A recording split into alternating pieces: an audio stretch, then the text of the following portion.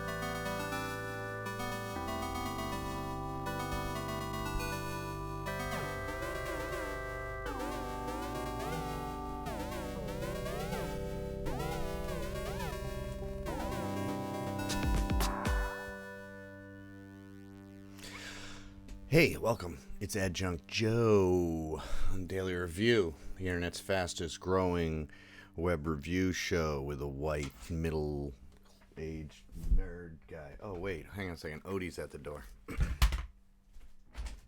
on in, buddy. Oh, my glasses fell off. There's Odie. Let's see, what's she doing? I'll go over here. What are you doing, Odie? Making a little spot on the bed. Making a little spot on the bed. That's Odessa, my dog. I mean, I can make the camera see her a bit better, I guess. There she is. There she is back there. There's my graduate poster. I can get her in focus a little bit. Now I'm going to have to get myself back in focus. Yeah.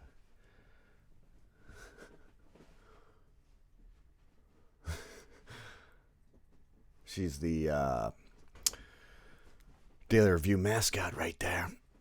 That's Odessa. Making a bed on my bed. The window back there, the reason it has a big black curtain on it is because it just faces another person's window. So, alright, she's down. Okay, we'll go back. Alright, go back here. Let's see if you focus me back up. Okay. Oh, that's probably a little soft. Okay. How's that? I can't really tell. Okay, that's great. Today's movie is Bing, When We Were Kings. The story of Muhammad Ali and George Foreman fighting in Zaire in 1974, near the end of Muhammad Ali's career and near the beginning of George Foreman's. And what's interesting is that this movie is about managing fear, which is fascinating because we know Muhammad Ali persona as, extremely confident and charismatic and gregarious and poetic and intelligent, quick-witted, and all these things. And you can see, for the first time, at least for me, you can see that he's nervous. He doesn't show, you you can barely tell. It's only because George Plimpton and Norman Mailer, who are like there, they were at the event. They were sports writers or boxing or fight writers, or at least Norman Mailer was. I don't know about George Plimpton. Anyway, they're kind of giving you the color commentary of the whole time period that this whole expedition happened. And once they pointed out, or especially Norman Mailer points it out, that, because he spent, I guess, a good amount of time watching him, he was like, oh, he's nervous. And this is the first time that we've seen Muhammad Ali like, oh, shit, I might lose on a big scale. And this is supposed to be like the end of his career, essentially.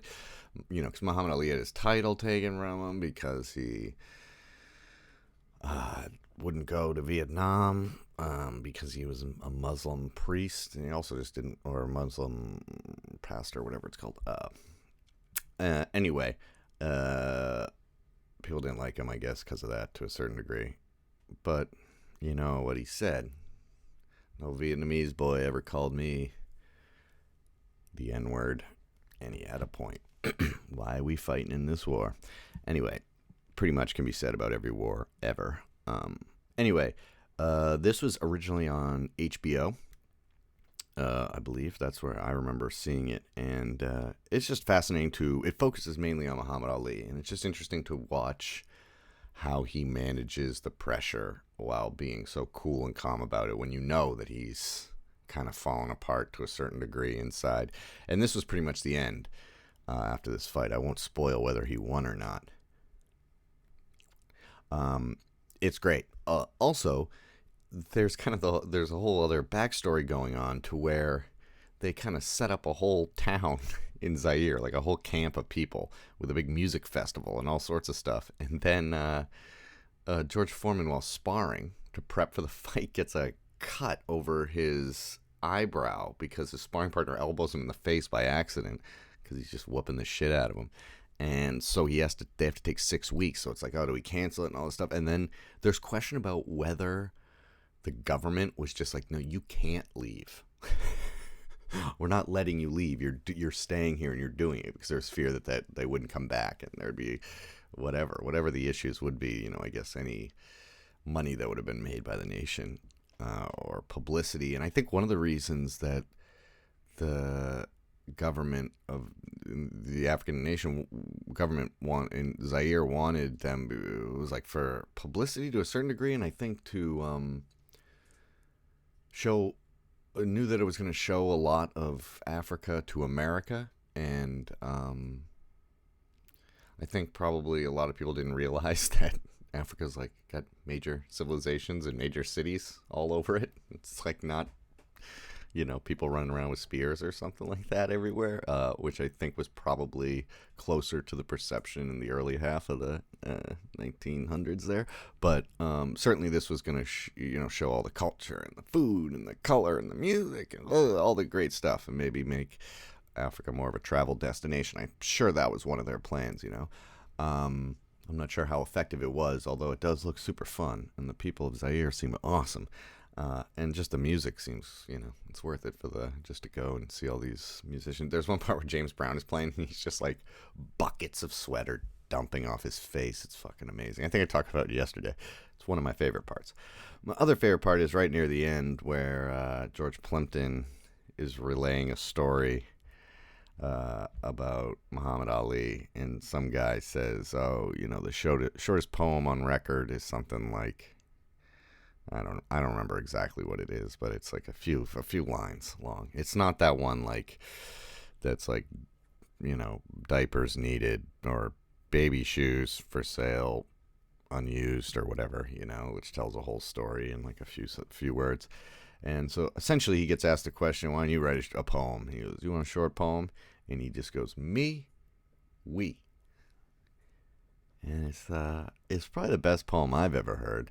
I remember my buddy Derek Kimball told me about that, and I bet he learned of it from watching this movie. But it's awesome. Really think about that, especially in terms of Muhammad Ali and his impact on society.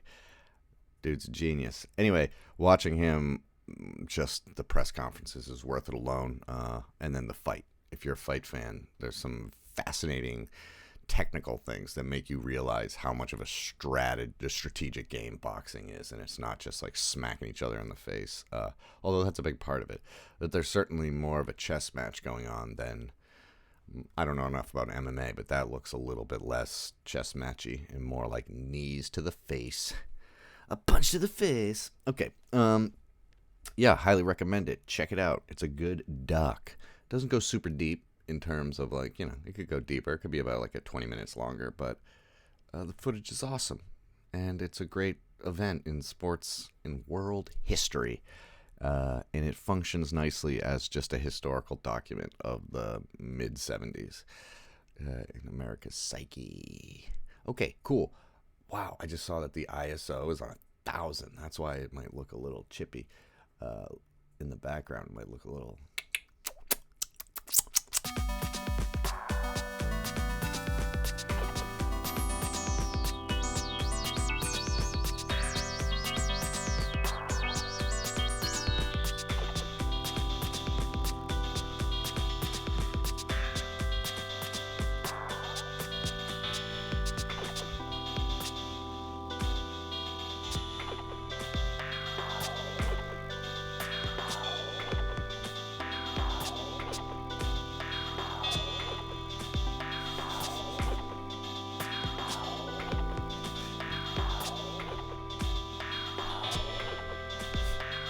Uh-oh, we're losing it.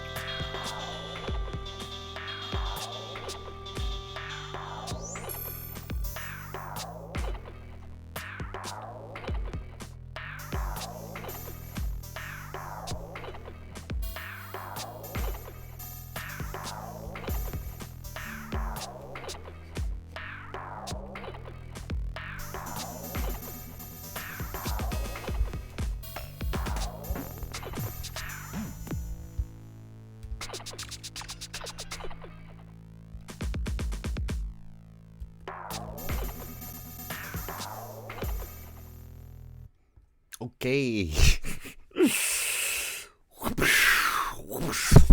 Ooh, I hit the mic. That probably didn't sound good. Okay, good night. See you tomorrow. Good night.